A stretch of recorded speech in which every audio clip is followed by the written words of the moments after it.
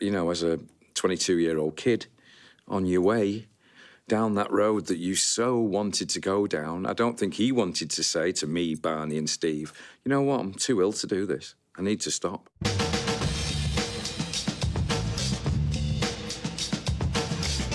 With the making of Closer, Ian's illness was degenerative and it was getting worse. The big problem with Ian was that he never wanted to upset you. He was very empathic to other people. He would go out of his way to make sure that you felt all right about what he was suffering. He really did. We worked through the album. It was a difficult time. I mean, you know, it's been well documented, his relationship with Anique, who was at the session, and it becomes a bit of a Yoko Ono moment, as we call them now. You know, so it cast a different feel over the proceedings, shall we say. On Unknown Pleasures, it was just us. But now you had Anique, you also had Ian's illness that you were working round. And it was a difficult thing. You know, Martin Hannett devoted himself to Ian to do the lyrics. And all the music was really done separately. Ian worked very, very hard and was still suffering, you know, grand mals right the way through it. People like Martin Hannett, Tony Wilson, Rob Gretton, who were a little bit older than us, they didn't clock it either. You know, he managed to hide it well enough from his parents, from the doctors that he was being treated by. The guy wanted success.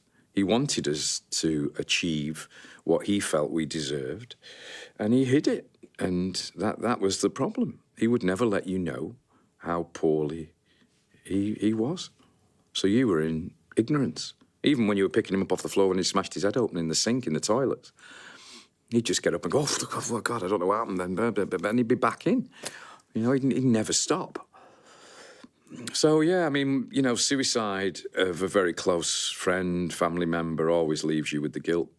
And that's the beauty of suicide, isn't it? It's not them that are worrying afterwards.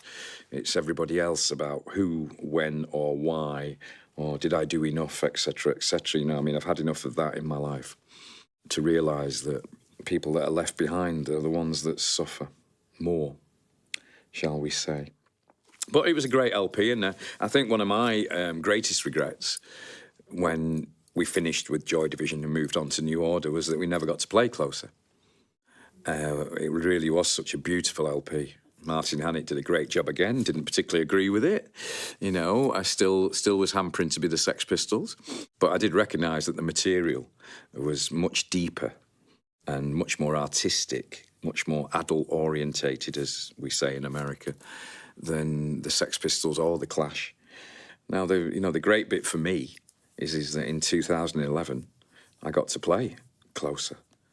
And it was one of the most beautiful moments of my life to sit there and have my son, who was exactly the same age as I was when I did Closer, which was scary, 22, playing the bass lines, and me doing my best to do Ian justice.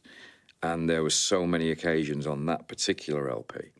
There have been occasions like that through playing the whole back catalogue, but the chills down your spine from hearing Closer live was a wonderful, wonderful moment. And I do think that Barney and Steve have really missed out on that. It was fantastic.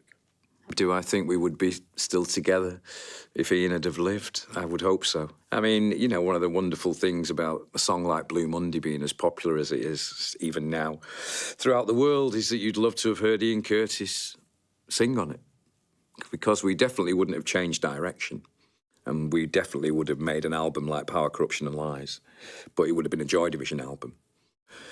So, yeah, I mean, you do wonder, you know. I mean, but, you know, the important thing that you realise as you get older is that the fact that the group didn't carry on wasn't the most important thing for Ian.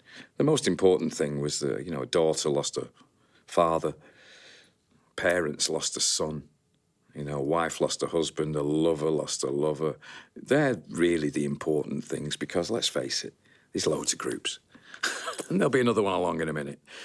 You know, and so that's the change. You know, I was really annoyed with Ian when he died for the wrong reasons.